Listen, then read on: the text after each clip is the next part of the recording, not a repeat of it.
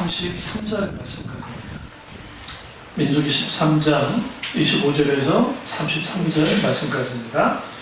말씀이 길기 때문에 25절과 27절까지만 보겠습니다.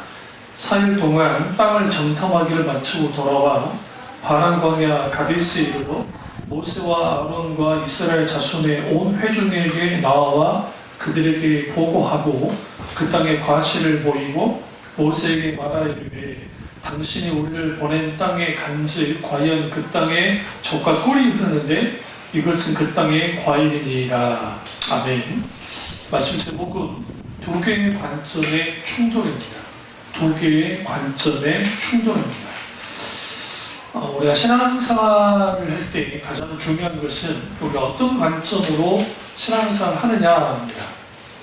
사람마다 보는 관점이 다르죠. 그래서 이 세상의 삶이 전부라고 여기는 사람, 그런 관점을 갖고 있는 사람들은 이 세상을 즐기고 이 세상을 만끽하며 사는 것을 좋아합니다.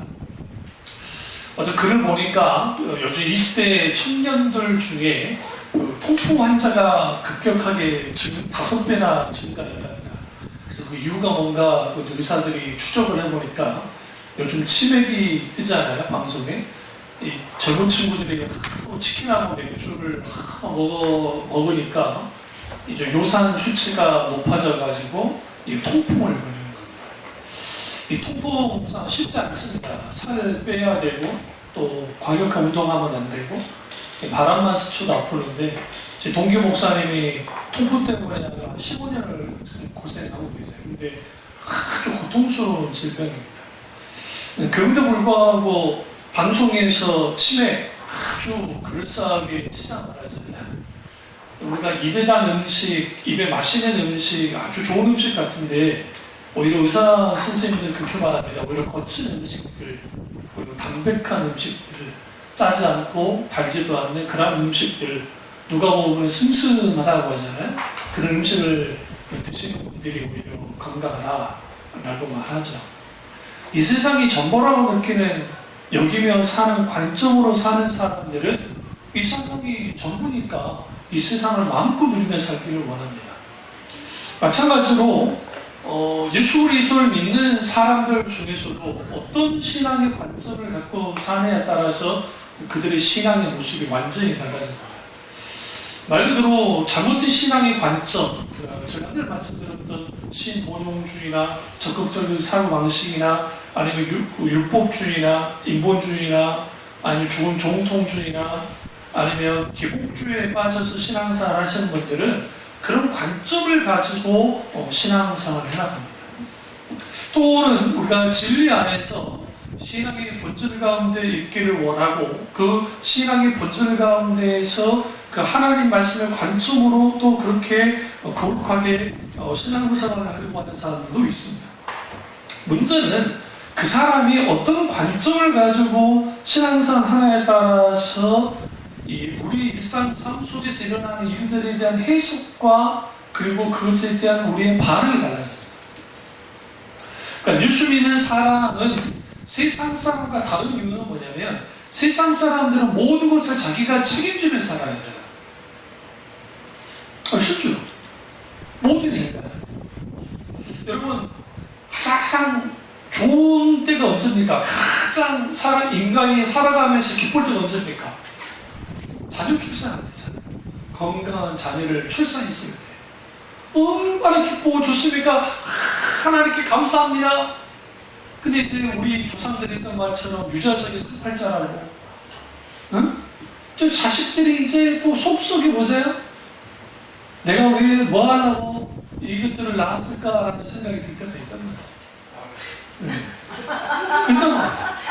그런데 우리 인생에 있어서 가장 좋을 때, 가장 정말 기쁠 때가 자녀를 낳았을 때인데 인생에서 가장 슬플 때는 언제인가요? 죽으면 안 돼요. 우리는 100년도 못 살 인생인데 1000년 동안, 그러니까 1000년만큼의 근질걱정을 하면서 살아요. 그게 인생이에요. 예수를 믿는 사람이나 안 믿는 사람이나 각기 살아갈 때 근심과 걱정과 염려를 가지고 살아갑니다. 사실 많은 사람들이 내 인생이 얼마나 남지 않았다고 생각하면서 사는 사람 별로 많지 않아요. 내가 영원토록 살 것처럼 여기면서 살아갑니다. 그러다 보니까 온통 이 세상의 관점을 가지고 살아가면, 요즘 이제 선거철인데요, 갑자기 막 잘 보이려고 난리들 치잖아요. 네? 언제부터 나한테 말 걸어주고 그렇게 잘해줬다고 그거 막 잘 해주려고 합니다. 왜? 이 사람들은 이것을 통해서 4년간의 자기 인생의 보장을 만드니까 자기 이익을 위해서 마치 아닌 것처럼 내가 당신들을 위해서 뭔가 해주겠습니다 라고 나옵니다. 그러니까 세상의 이러한 권력과 그 다음에 명예와 그리고 돈과 이러한 것이 최고로 여기면서 살아가면 그것이 최고의 관점이 되는 거예요. 그 관점 안에서 모든 것을 이해하고 모든 것을 바라봅니다. 문제는 뭐냐면 예수 믿는 사람들도 똑같이 그러면 안 된다는 거예요. 그냥 내가 보이는 대로 느끼는 대로 생각나는 대로 살아가는 사람들이 아니라 우리는 적어도 믿음의 해석을 가하고 믿음으로 우리는 적어도 하나님의 관점에서 모든 것을 이해하고 바라볼 수가 있어요. 문제는 인간이 타락함을 통해서, 아담과 하와의 타락을 통해서 관점의 문제가 생겼습니다. 보는 것이 문제가 생겼어요. 아담과 하와가 선악과를 봤을 때 선악과는 늘 똑같은 거였습니다. 우리가 선악과라는 표현이 사실은 좀 틀린 표현이에요. 영어에도 wisdom tree라고 되어 있어, 지혜의 나무라고 되어 있어요. 선은 선과 악을 분별하게 하는 나무, 그게 지혜의 나무. 근데 그 지혜의 나무인데 그 지혜의 나무를 그들이, 아담과 하와가 뱀에 들어간 사탄이 유혹하기 전까지는 그들에게 있어서는 문제가 될 게 하나도 없었던 거예요. 그건 하나님이 명령했죠. 절대로 먹으면 안 된다고. 그러니까 먹을 수 없는 금단의 나무였기 때문에 결코 그들에게 있어서 그걸 따먹을 생각조차도 하지 않았어요. 문제는 뭐냐면 사탄이 그들의 관점을 흔들어 놓은 겁니다. 유혹을 통해서. 따먹어봐. 괜찮아. 하나님처럼 될 거야. 넌 하나님처럼 될 거야. 그러자 이렇게 말하는데 성경에 하와가 뭘 본즉? 선악과를 본즉 지혜롭게 할 만큼 탐스럽고 보암직하고 먹음직하고 지혜롭게 하면 탐스러웠다 합니다. 보암직도 있답니다. 먹음직도 있답니다. 탐스러웠답니다. 그래서 따먹었어요. 오늘날의 관점의 타락이, 관점의 문제가 오늘날 이 인생의 모든 문제를 만들어내요. 아담과 하와의 보는 눈에 문제가 생겼고 관점에 문제가 생겼기 때문에 오늘날의 죄 아래 있는 모든 인간은 그들이 하나님 그분을 바라보고 하나님 그분을 중심으로 한 하나님의 안목으로 모든 것을 보면서 신앙생활하면 좋겠는데, 삶을 살아가면 좋겠는데 그게 살아가지 못합니다. 그러다 보니까 어떤 것을 있는 그대로 보기보다는 왜곡되게 됩니다.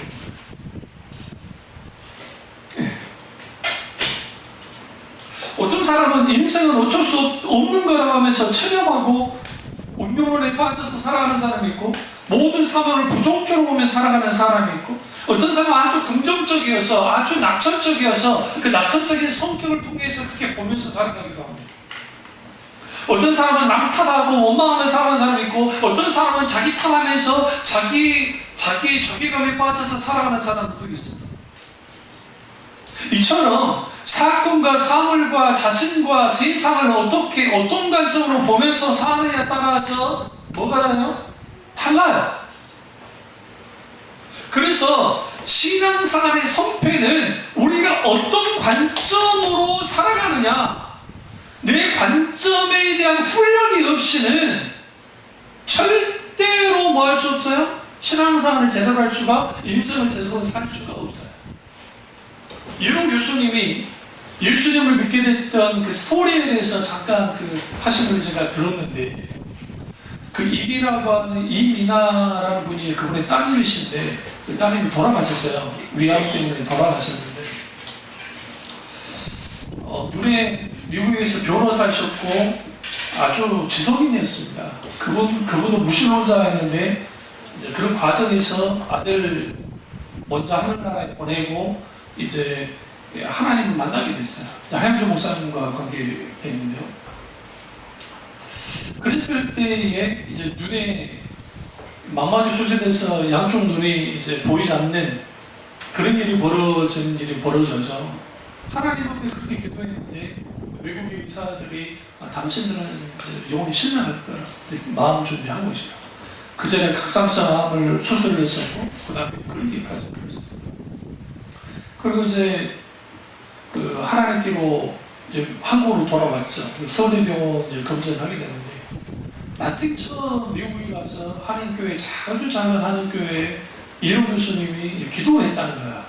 전혀 무신론자하고 하나님 많이 믿지 않은 분이 막연한 하나님에게 하나님 내 딸 아주 소중한데 하나님 고쳐주십시오. 고쳐만 주신다는 좀 생각해보겠습니다. 믿는 것 아니고 좀 생각해보겠습니다. 그리고 막 했는데 한국의 서울대학교 안과에서 정밀검진을 했는데 망막이 붙었다는 거예요. 언제 아프셨냐? 붙였던 흔적도 없대요. 망막이 떨어졌는데 완전히 하나님이 치료한 거예요. 기뻐가지고 하영조 목사님이 이런 교수님하고 식사를 같이 이제 하게 돼서 이제 그렇게 한 거예요.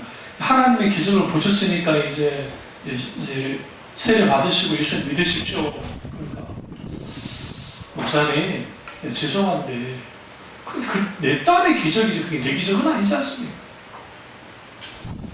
그때 이제 하인조 목사님이 암투병 왔을 때인데요. 한숨을 푹 내쉬면서 그때 따님이 또 위암이셨어요. 따님이 돌아가셔봐야 그 하나님을 믿겠구만요. 그러니까 아니 그건 아니라고 하면서 막 얽어버리죠. 마음에 갈등이 있는 거죠. 내가 예수님 믿어야 되는데 안 믿어야 되는데 믿고 싶지 않은데 믿어야 되는데 그러고 있던 거예요. 어느 날 아주 청명한 날에 오늘 교회에 새벽기도를 가려고 따님이 아침 일찍 나가는 것을 어른이 보신 거예요. 나중에 좋고 이때까지 딸의 모습 중에 너무너무 환하게 웃는 그 즐거운 모습을 보고 이제 집에서 내려가는데 계단을 내려가는데 갑자기 본인도 모르게 그랬다는 거야. 목사님께 그래라 나 세례 받는다고 자기도 모르게 말씀하셨어요. 그러니까 얼굴이 환해져가지고 이제 목사님한테 말씀드린 거야. 목사님도 좋아가지고 세례 받는다고. 하필이면 그 시간에 그거를 어떤 기자가 또 그걸 들었네. 기자들은 또 막 그걸 하는 거야. 그럼 또 그 공론화 돼버리고 가지고 미국 이제 일본에서 세례를 받으시는데 무슨 말씀드리려고 하냐면 하나님이 어떠한 믿었던 그런 무신론자의 관점에 있던 분이 어느 날인가 하나님의 말씀이 그분에게 확 들어오기 시작하다. 그리고 살아서 역사하시는 하나님 말씀이 믿어지기 시작하고 하나님이 살아계시다는 것이 믿어진다. 관점에 대해서 어떻게 그런 일들이 벌어지느냐. 인격체신 하나님을 말씀 가운데 만난다. 데카르트라고 하는 나는 생각한다, 고로 존재한다 라고 하는 무신론자 중에 아주 대표적인 철학자였습니다.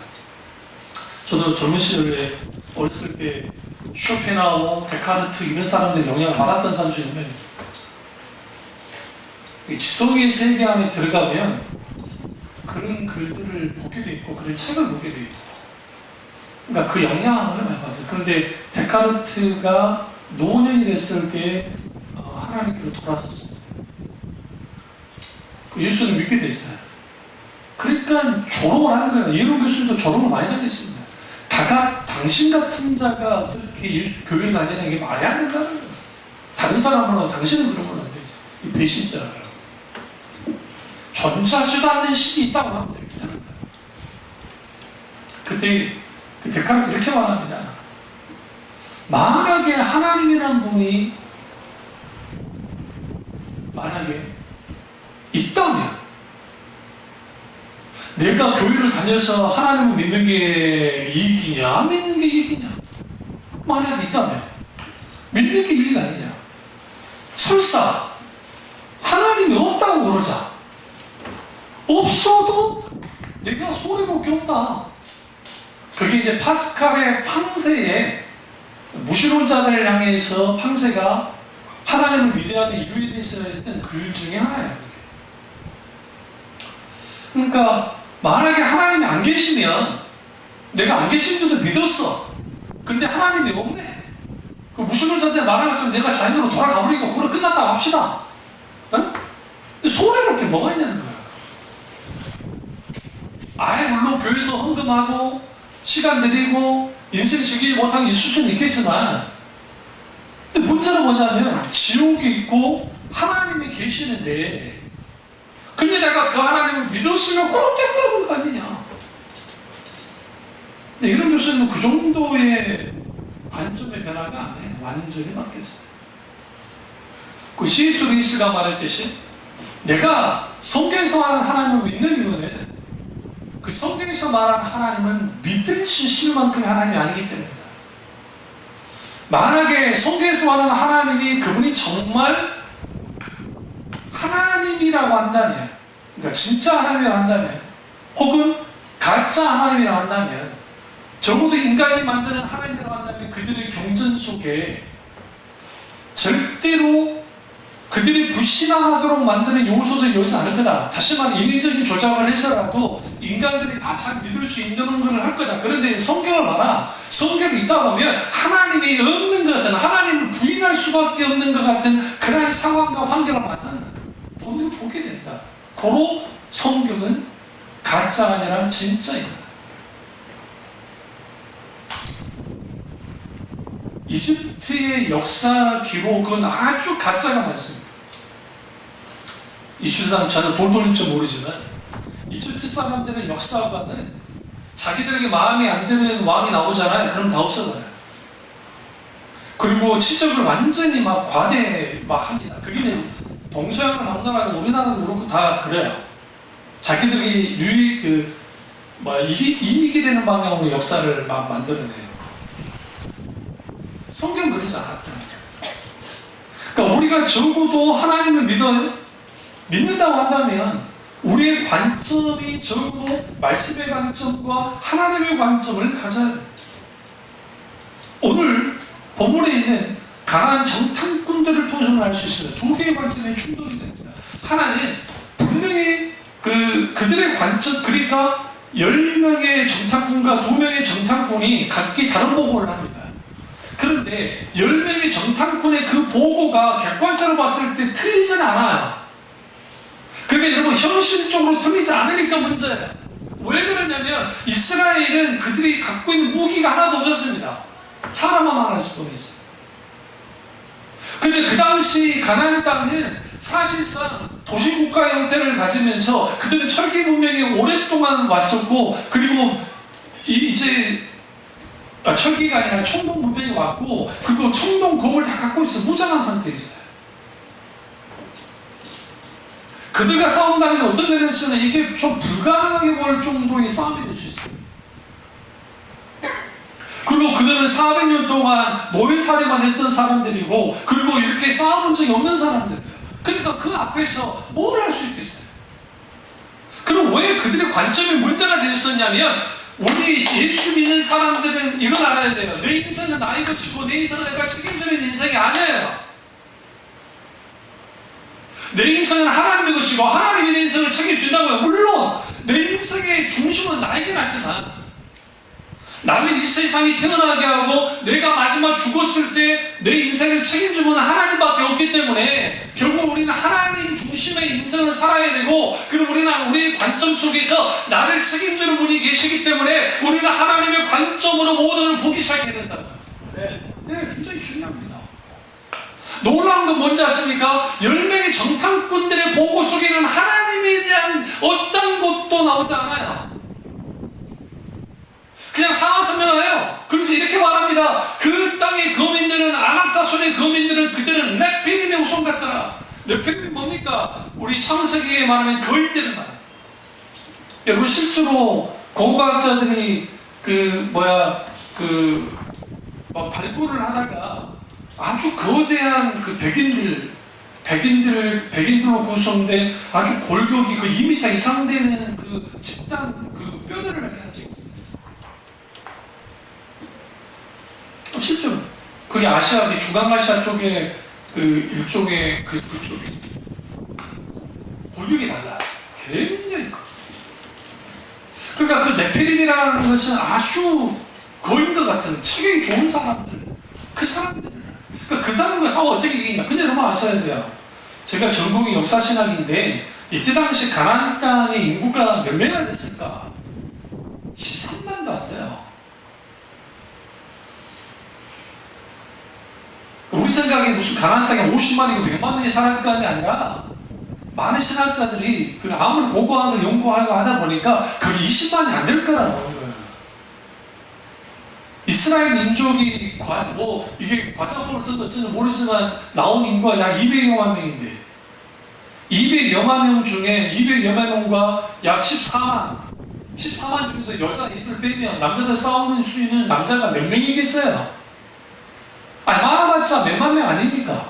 그것도 쪼개져 있어요. 한 나라도 아니고 쪼개져 있어요. 각기 자기들끼리 도시국가를 형성하고 있단 말이에요. 그러면 충분히 마음만 먹으면 할 수도 있을 텐데 이미 그들은 뭘 갖고 있냐면 우리가 아셔야 돼요. 영적으로 승패는 어떻게 가느냐? 내가 강할 때 영적으로 승리하는 게 아니에요. 세상은 내가 강해야 승리할 수 있어요. 그게 세상의 법칙이에요.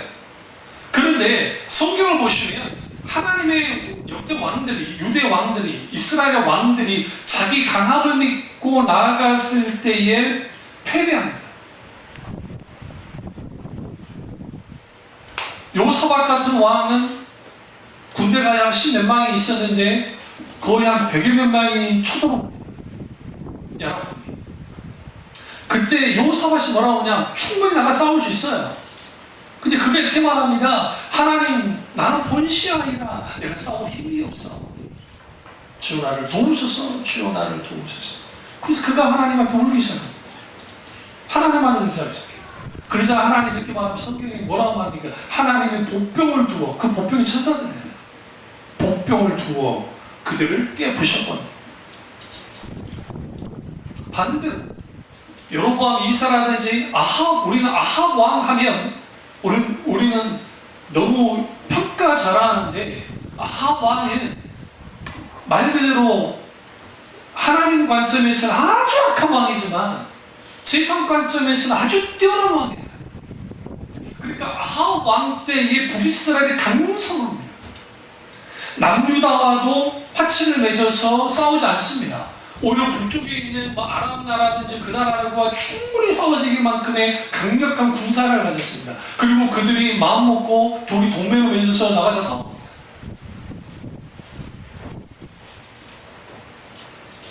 결국은 쳐버려요. 제가 지금 무슨 말씀 드리려고 하냐면 이스라엘 백성들 아니 200만 아니라 1000만이 있어도 그들의 강함, 그들의 어떤 능력의 수준, 그들이 갖고 있는 힘이 어느 정도에 따라서 가나안 땅을 차지할 수 있고 차지하지 않고 그런 게 결판이 나는 게 아니라는 거예요. 설사 약하다라도 스스로가 평가해 우리 메뚜기 같다라고 하잖아요. 메뚜기. 스스로 자기를 그렇게 봅니다. 우리의 관점이 하나님의 관점이 아니라 믿음의 관점이 아니라 세상의 관점으로 보면 우리는 정말 하찮은 존재인 거예요.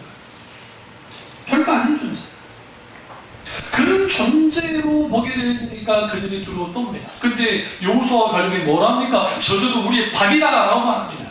여러분 메뚜기가 이런 말은 모르지만 쉽습니까? 밥 먹기가 쉽습니까? 메뚜기 잡기 쉽습니까? 쉬워요. 전 많이 잡아봤기 때문에. 부도가. 그러나 밥 먹는 게 더 쉽잖아요. 하나님이 우리와 함께 하시면, 성경 보시면, 그렇게 말해요. 하나님이 우리와 함께 하시면 그들은 능히 우리가 이길 수 있다는 거예요. 뭔 소리냐? 그때 이스라엘 백성은 어떻게 합니까? 돌을 들어서 다 쳐 죽이려고 합니다. 이게 두 개의 관점의 충돌. 달라스 밀라드가 마음의 혁신한 책에서 이렇게 말합니다. 우리 삶의 모든 것에 영향을 미치는 것은 마음 안에서 일어나는데 마음의 혁신이 일어나지 않으면 인생의 진정한 변화가 없다는 거예요. 다시 말하면 마음의 혁신은 관점의 변화와 일맥상통이에요. 우리는 두 개의 관점을 갖고 있는, 하나는 믿음의 관점이 있고 하나는 세상의 관점입니다. 세상의 관점으로 봤을 때는 모든 것은 이걸 인과 율, 원인과 결과가 있는, 그러니까 이게 잘 드러나요. 그러나 이 믿음의 관점으로 봤을 때에는 아무리 똑같은 현실을 정확하게 파악합니다.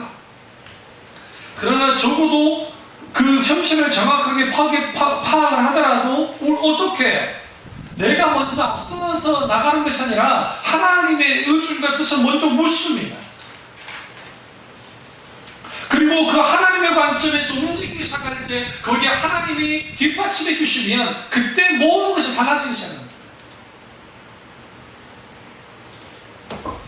아놀드 톨비라고 하는 역사학자가 있는데 그 역사학자인 톨비가 그분도 크리스찬이셨어요. 근데 톨비가 뭐라고 말했냐면 어떤 역사의 중요한 변화마다 실제로 다수가 일으킨 적은 없다. 사실 그 역사의 획을 걷던 것은 크리에이티브 마이너리티, 창조적인 소수가 결정했고 실제로 이루어졌다. 이게 믿음의 세계에서도 동일합니다.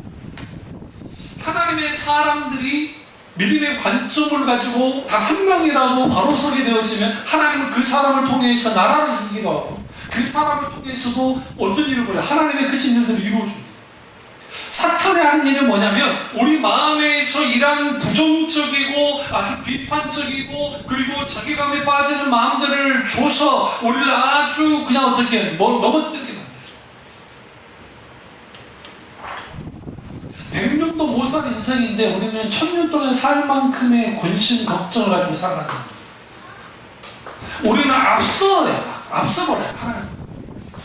하나님보다 앞서니까 우리 마음이 한없이 하루마다 몇 번씩 무너지는 거예요.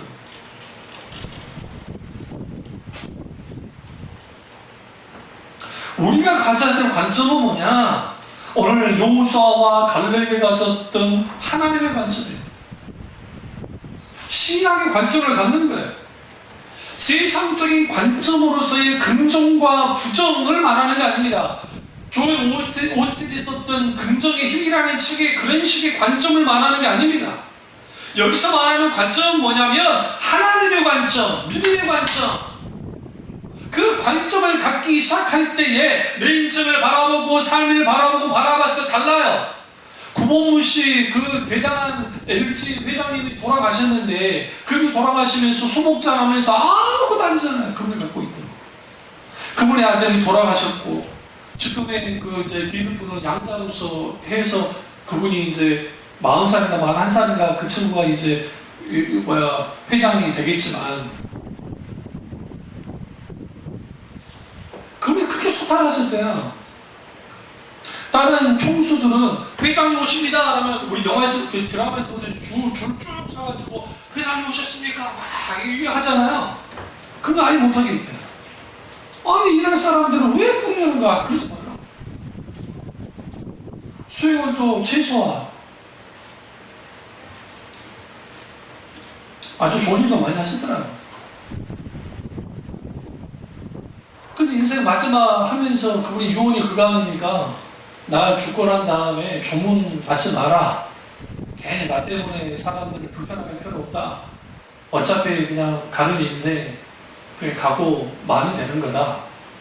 물론 그분은 예수님을 안 믿으셨으니까 근데 적어도 그걸 아시는 거면 내 인생에 있어서 마지막 끝났을 때 아무것도 아니라는 거예요. 아무것도 아니라는 거예요. 우리는 아무것도 아닌 인생인데 아무것도 긴 인생이에요. 왜 그러냐면 하나님의 마지막 인생, 이 세상에 우리를 태어나게 하시고 마지막 우리 인생을 마지막 생명이 떠나갈 때 그 하나님을 붙잡고 하나님께 붙잡히고 하나님만을 바라보고 하나님을 의지하고 나아갈 때 내 인생을 하나님 마지막 가만하게 붙들어요. 시편에 그래서 하나님의 자녀의 죽음에 뭐 한다고요? 관심 없어요. 보고 계세요. 죽음이 외롭지 않아요. 그러니까 세상 사람들은 죽으면 외로워요. 나 혼자 죽으면 돼요. 나 외롭지 않네. 나 두렵지 않네. 주님 맘에 늘 계시네. 험한 산 곳불이라도 험한 바람 물기라도 나 두려워보도다. 그런 찬양이 그냥 나온 게 아니에요. 요수아와 갈렙에게서 왜 그 두려움이 사라졌을까? 그들이 용맹했으니까. 우리가 달랐게 똑같아요. 다 관점이 달랐어요. 보는 눈이 달랐어요. 그래서 예수 믿는 사람들의 관점은 철저하게 하나님의 관점, 말씀의 관점, 그리고 믿음의 관점으로 우리가 온전히 바라볼 수 있어요. 문제는 뭐냐면 왜 우리의 관점이 문제가 되느냐? 우리는 계산기를 뚫기 때문에 이렇게 될 것 같아요. 로마서 12장 2절에 오 마음을 새롭게 함으로 변화를 받아. 마음을 새롭게 한 관점의 변화, 그것이 없이는 우리가 신앙생활에 나갈 때, 내 인생을 바라볼 때, 내 인생을 살아갈 때 이게 달라요. 여러분, 우리가 이렇게 편안하고 크게 아프지 않고 뭔가 문제가 없을 때는 크게 우리가 막 흔들리지 않는데 내 마음에 변화가 있고 내 신체에 어떤 변화가 있고 기타는 대로 막 연약해지면요, 사람의 마음이 확 무너져요. 그거 아세요? 그 마음 무너짐이 큰 자리를 그대로 방치해 두잖아요. 방치해 두면 그게 뻥 뚫린 것 같은 가슴이 되는 거예요. 뻥 뚫린 것 같은 가슴이 되어버리면 거기에 하나님의 은혜가 쏟아져 들어가지 않아요. 우리 이렇게 생각합니다. 우리 문제 있을 때, 문제가 일어났을 때, 여러분이 아프고 힘들 때 기도하십시오. 기도 되던가요? 물어봅시다. 여러분이 문제 있을 때, 여러분 힘들고 어려울 때, 고통이 있을 때 기도 되던가요? 안 되잖아요. 왜 안 돼요? 첫 번째 이유는 뭐냐면 기도의 생활을 하지 않았기 때문에 그래요. 기도의 훈련이 안 된 사람들은 절대로 문제가 생겼을 때 기도 못해요. 절대로. 두 번째는 하나님을 바라보지 않기 때문에.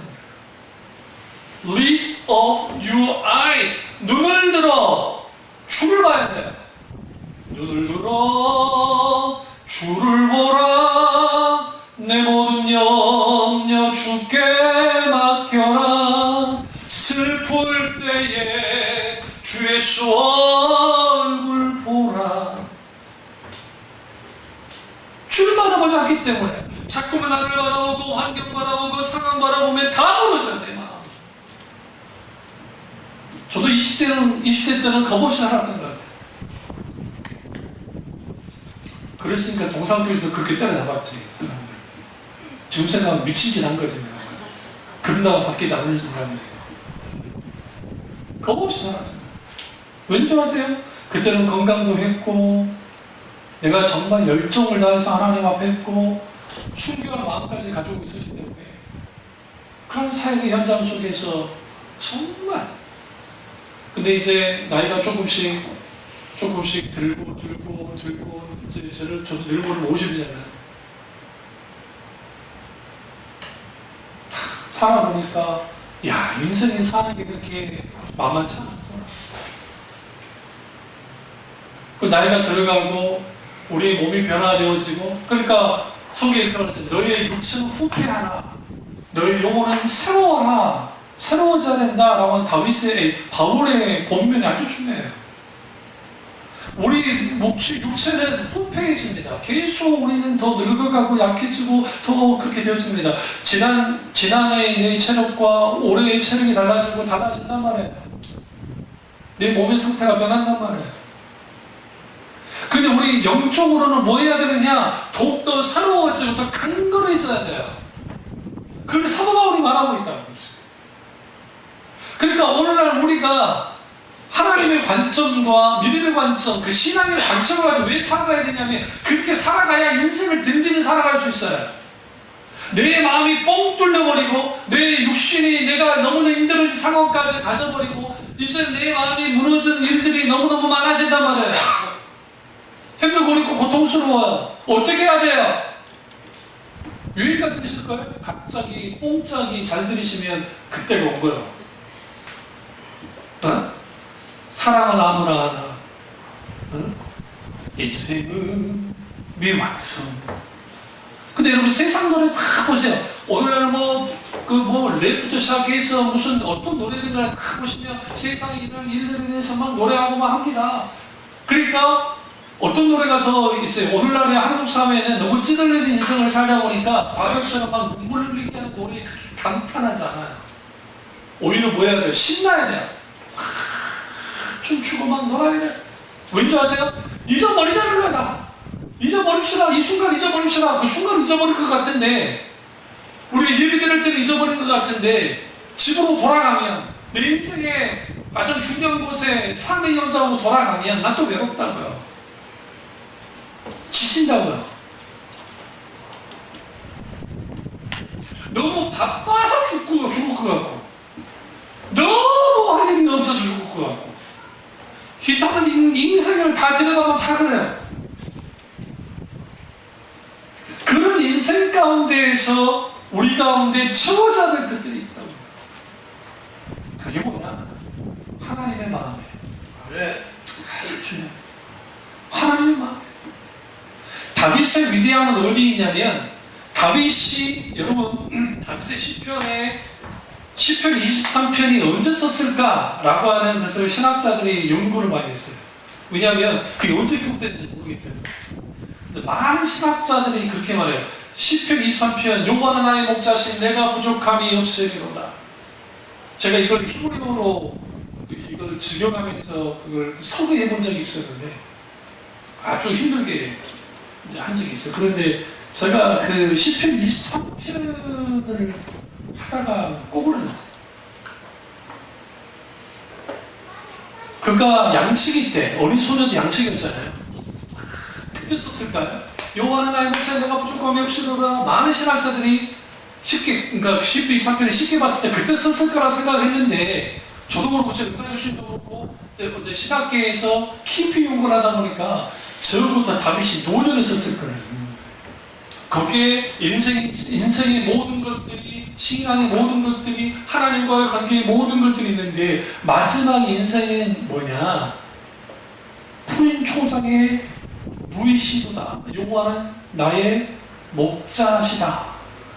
주님이 나의 목자로서 나와 함께하니 내 인생과 내 삶과 내 모든 것을 뭐예요? 채우고도 나누고 있다. 그게 하나님 안에 있는 인생이다. 네, 굉장히 중요합니다. 네. 그런 인생 알아야 돼요. 그런 인생. 그러니까 우리가 한 주간을 살아갈 때 바쁘게 살아가는 거 좋아요. 그런데 그럼에도 불구하고 우리는 적어도 하나님 찾을 시간이 1분이라도 있어야 돼요. 주님. 자, 화장실만 가면 화장실에 있는 거울만 보면 주님 찾아요. 주님. 아버지. 화장실 안 가고 할 때도 찾을 때 있지만 주님. 여러분 우리가 다른 말도 없이 그냥 주님만 해도 돼요. 우리가 힘들고 어려울 때, 지치고 쓰러질 때 기도가 안 되죠. 근데 놀라운 점이 있어요. 누군가 우리를 위해서 기도한다는 거예요. 당신이 지쳐서 기도할 수 없을 때 그냥 이제 눈물이 빗물처럼 흘러내릴 때 주님은 아시네. 당신의 마음을 사랑으로 인도하시네. 누군가 널 위해 누군가 기도하네. 여러분을 위해서 기도할 수 있는 지체들이 있다는 거, 목회자가 있다는 거, 같은 기도자가 있다는 거, 복 받은 거예요. 네. 정말 중보기도가 그래서 중요해요. 내가 기도할 수 없을 때 여러분의 어떤 힘들고 어려운 것들 상황을 자연스럽게 오픈하십시오. 저도 그런 말들을 들을 때가 있어요. 성호 말해줄 때 있으니까 걸어서도 하겠지만, 그럼 그걸 뭐 나한테 뭐 고자질하려고 하는 게 아니라 어떤 일상으로 일어나는 일들에 대한 걸 들으면 좀 그런 기도해요. 제가 우리 있잖아요. 여러분 일상 속에서 있는 것들을 그냥 자신있게 말하고 수 있잖아요. 근데 그런 것들이 저에게는 기도 제목이 되는 거예요. 왜? 내가 알아야 기도하죠. 기도하죠. 우리 수련 집사님이 토요일날 하는 거, 토요일날 쉬었던 사람이 계속 하고 그거 힘들지 않아요? 중보기도 하신 분, 마음으로 손드세요. 나는 했으니까 손들어라. 뭐 먼저 하시죠. 그거 그냥 지나가도 되는 거예요. 그러나, 그거 불구하고 중보기도 하는 거예요. 아니 권사님이 어디 지나가다 아이고 다리야 한다 말합시다. 아이고 아파라. 권사님 아프세요? 다리가 아파서 저 이야기했어요. 그게 기도 제목이 되는 거예요.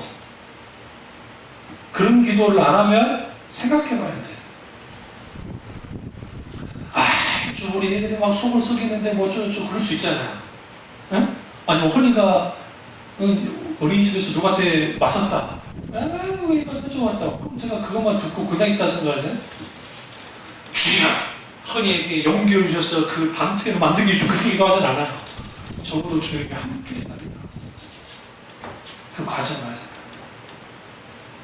속상한 일, 그런 일이 있으면 그걸 기도로 나가는 거예요.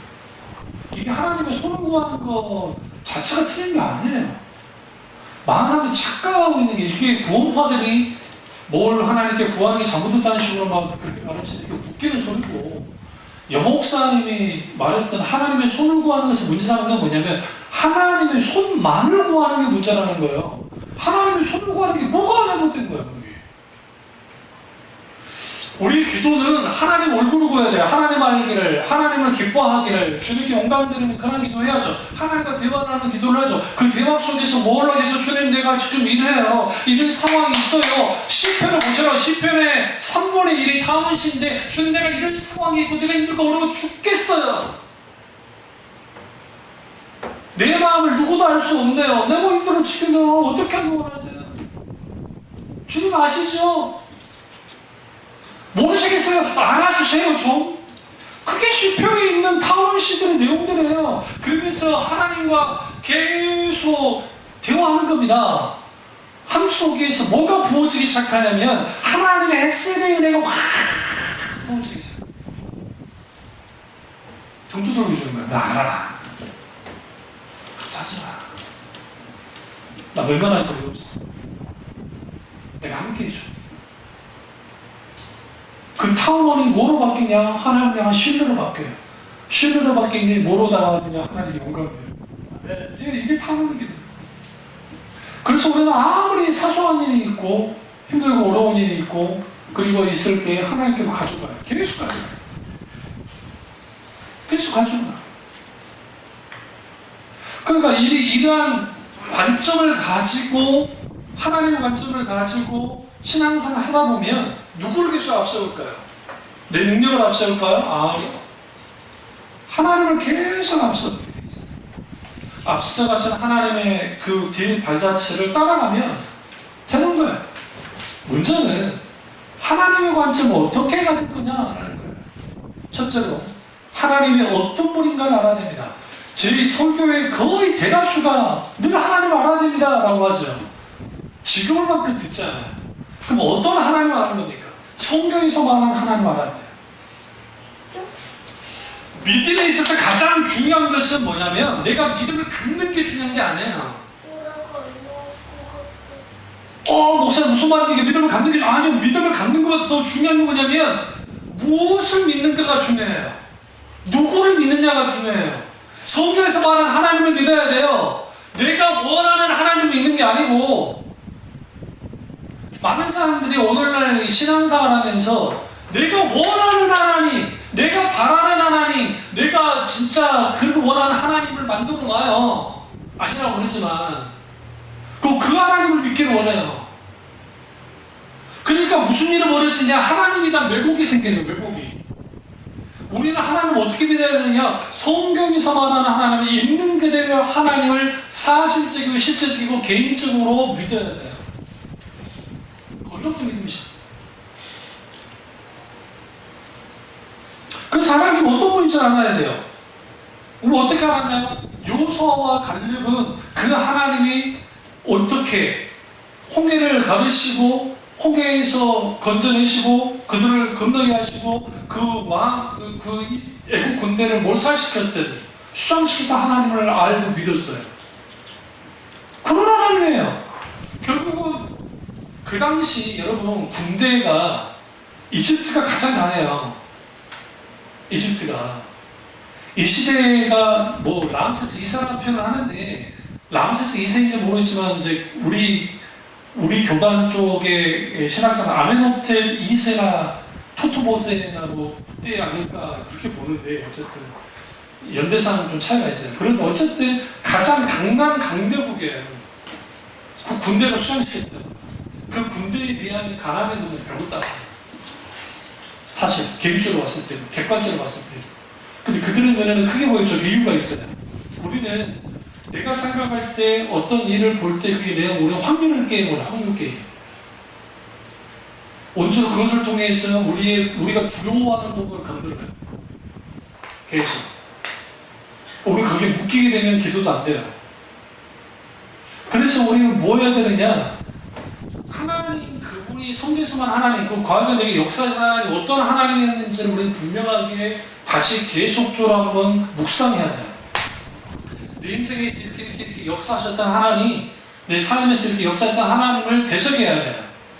그 하나님을 내가 다시 한번 기억하고 그리고 뭐 하느냐? 그 하나님께 기도하는 거죠. 믿음으로 나가는 거죠. 그러니까 하나님이 누구신가 정확하게 하는 게 중요하고 하나님이 우리가 어떤 하나님을 믿고 있느냐가 중요하고 두 번째는 하나님의 뜻을 알아야 돼요. 하나님의 뜻은 가나안 땅에 들어가게 하는 거예요. 뜻은 분명해요. 이미 결정됐어요. 하나님이 들어가게 하겠다는 거예요. 근데 문제는 우리가 그 이스라엘 백성들이 안 되겠다는 거죠. 차라리 우리는 돌아가야하는 거죠. 모세 죽여버리고 다 죽여버리고 이쪽 돌아가자. 다시 노예생활 하자. 그게 그대로 결론이잖아요. 근데 하나님의 뜻은 분명해요. 가나안 땅에 들어가는 거예요. 다른 거 없으니까. 그리고 요수아와 갈렙도 말합니다. 그럼 들어가는 거다.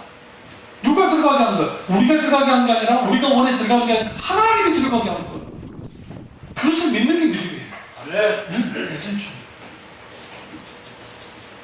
그래서 하나님의 뜻을 알아야 되고 세 번째는 하나님이 일하시는 방법을 알아야 돼요. 왜 그러냐면 하나님이 일하시는 방법을 알아야 새로운 관점이 생기게 됩니다. 성경을 보시면 성경에 하나님의 기적이 일어날 때, 그 놀라운 하나님의 기적이 일어날 때 똑같은 식으로 기적이 일어난 적이 없어요. 거의. 이상하게. 왜 그럴까요? 소위 기적의 패턴을 만들어내지 않아요. 만약에 기적이라고 하는 어떤 기적의 패턴을 만들어 놓잖아요. 만들어 놓으면 무슨 일이 벌어지느냐? 사람들 그 패턴만 쫓아요. 아, 이렇게 하면 기적이 일어나는가 보다. 이게 이제 잘못된 은사주의자들이 그걸 가지고 나왔는데 5병이의 기적과 7병의 기적이 비슷하게 느껴지긴 하는데 달라요. 숫자도 다르고 비슷한 역사이지만 그게 그 함의된 그 의미가 굉장히 달라요. 다음에 제가 설명하겠습니다. 왜 그럼 그렇게 역사하죠? 하나님은 우리의 방법이 아니라 하나님의 방법으로 역사하시고 일하시는 방법. 그러니까 우리가 할 것은 하나님의 방법을 쫓는 거예요. 쫓는 거예요. 그런데 하나님이 어떤 일을 하실 때, 어떤 일을 이루실 때 하나님은 뭐 하느냐? 그 사람을 다 보여요. 그러니까 하나님이 어떤 일을 이루실 때 그냥 하지 않아요. 이스라엘 전체를 한번 실험해 보시면 돼요. 테스트하는 거예요. 어떻게 나오는지. 근데 결국은 그들은 뭐 해야 되냐? 하나님의 다루심 속에서 결론은 그거예요. 아, 이건 아니다. 아니다. 우리는 뭐 해야 된다? 야, 우리는 돌아가야 된다. 라는 결론인 거죠. 그러니까 하나님의 놀라운 역사를 경험하지 못하는 거예요. 그럼 왜 하나님이 이렇게 하실까요? 그 이유는 뭐냐면 어떠한 상황 가운데 우리를 주님이 딱 그냥 거기다 던져놔요. 우리가 봐서는 너무한 상황 같지만 근데 왜 주님 거기다 던져놓느냐? 두 가지 이유 때문에 하나는 새로운 관점을 갖게 하는 이유고 또 하나는 믿음을 강화시키기 위해서는 그러니까 새로운 관점을 가져라는 건 뭐냐면 하나님의 관점으로 봤어요. 그런데 놀라운 것을 발견해요. 뭘 보게 되냐면 분명히 아낙 자손도 대단하고 거기에 있는 이스라엘 가난한 거 영수족이도 대단하지만 나와 보세요. 하나님이 있는 나와 하나님이 없는 가난한 족속은 비교조차 안 된다. 그래서 요수아와 갈렙이 뭐라고 합니까? 하나님이 우리와 함께 하시면 하나님이 원하시면 우리는 충분히 말할 수 있다. 그 땅에 들어갈 수 있다라고 그냥 고백해요. 이게 14장에 좀 나오거든요. 그러니까 이러한 일들이 일어나는데 그들이 뭐예요? 하나님 우리와 함께한다고 하는 그런 관점이 생기지 않는 거예요. 그러니까 새로운 관점이라는 표현은 뭐냐면 내가 혼자 딱 달랑 그 환경 속에 사건 속에 던져진 것 같은데 들여다보니까 하나님 우리와 함께한다는 거죠. 그 새 관점이 생겨요. 두 번째 무슨 일을 벌이죠? 그 관점이 생기면 힘이 있어요. 우리 아들이 있지만 이제 기억도 못할 거예요. 어릴 때 저 녀석이 지나가다가 자기보다 큰 형 하나를 못하고 이렇게 한 적이 있어요. 응? 장난하다 그런 적이 있다. 제 기억도 안 나겠어요. 근데 그 녀석이 막 이제 갑자기 얼굴을 그리니까 탁 했는데 누구를 봤어요? 나를 본 거예요. 비슷하잖아. 저걸 했다가 큰일 나겠구나. 씩씩거리면서 지나가더라. 누구 때문에 그런 거예요? 우리 아들 보고 그런 거예요? 뒤에 있는 아버지 때문에. 마찬가지예요. 우리 헌이 언니를 만약에 우리 집에다가 한 3일 놔둡시다. 천방지축 마법피 같은 우리 헌이 씨가 아주 유순한 아이가 됩니다. 제가 학대하지 않아요.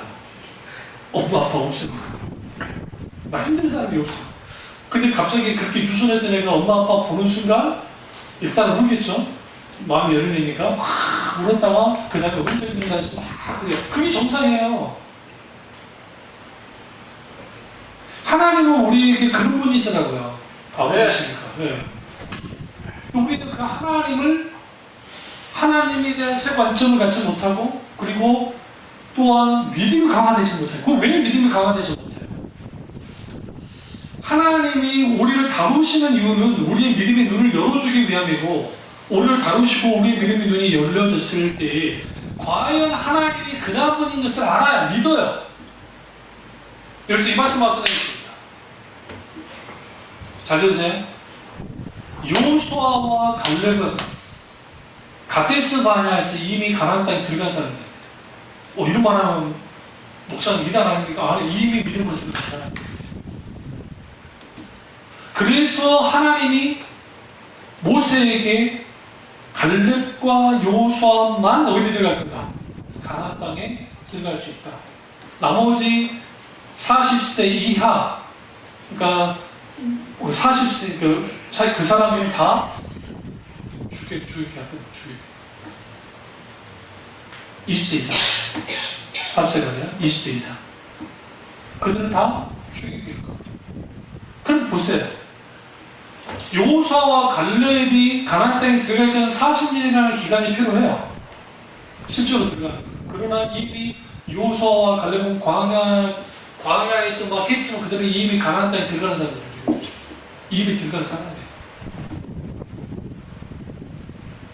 그래서 갈렙의 그 위대한 그 노년 이제 80이 넘었던 갈렙이 이제는 가나안 땅 정복 전쟁에 탁 앞서 나갈 때 누구도 나서지 않는 아낙 자손이 있는 곳 이곳이고 지금 안악자손이 있었던 그곳에 내가 가겠다 그런 거예요.